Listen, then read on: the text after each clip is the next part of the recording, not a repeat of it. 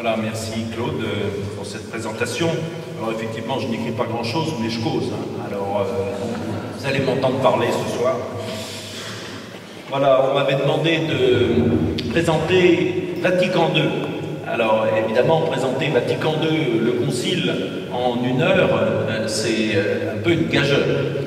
Donc, je vais présenter des aspects de Vatican II. Je vais essayer de présenter quelques pistes, quelques entrées, si vous voulez, pour mieux saisir l'importance de ce concile. Sachant d'abord que le concile, c'est pas simplement les 3 années durant lesquelles il y a eu les sessions, de 1962 à 1965.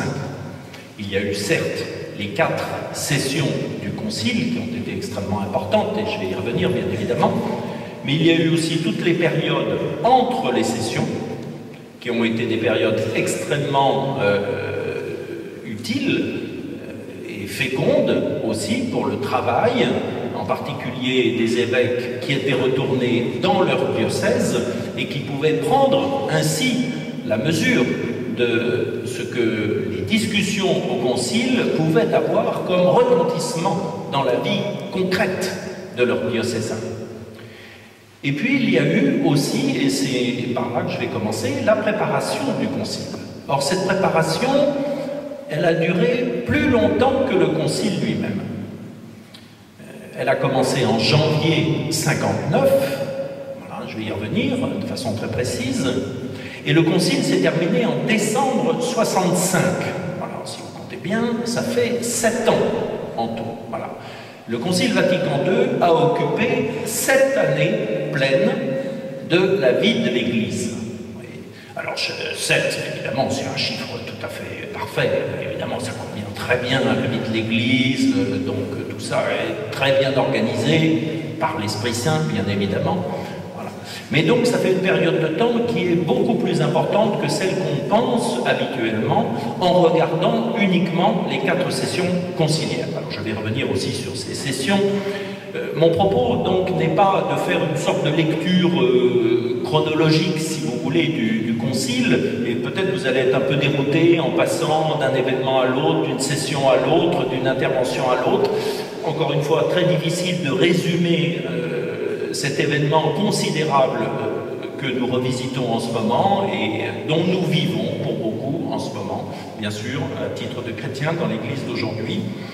Donc, quelques points qui vont me permettre de parler de différents aspects du concile.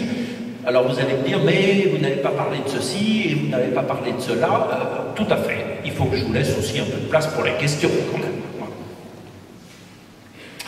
Donc, mon propos va s'articuler en 5 points. Donc, l'événement Vatican II.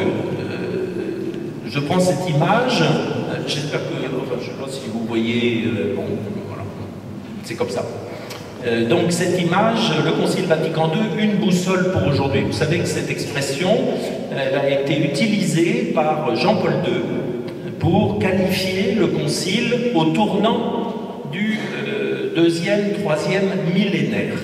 Lorsque nous sommes rentrés donc avec l'année jubilaire en l'an 2000, eh bien Jean-Paul II a repris cette expression que le Vatican, le Concile Vatican II, était exactement, il nous offre une boussole fiable pour nous orienter sur le chemin du siècle qui commence. Alors, ce n'était pas le millénaire, c'était le siècle qui commence. Voilà.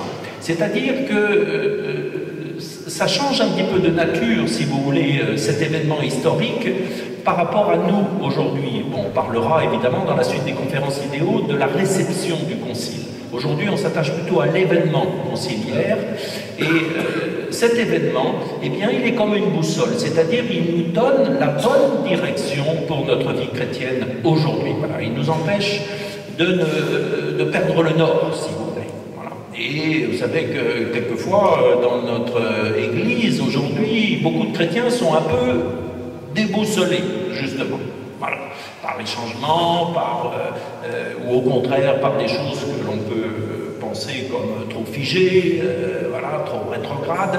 Alors c'est selon les points de vue, évidemment. Donc une boussole pour aujourd'hui, c'est vraiment quelque chose qui est là pour orienter notre marche, notre pas dans la vie chrétienne d'aujourd'hui.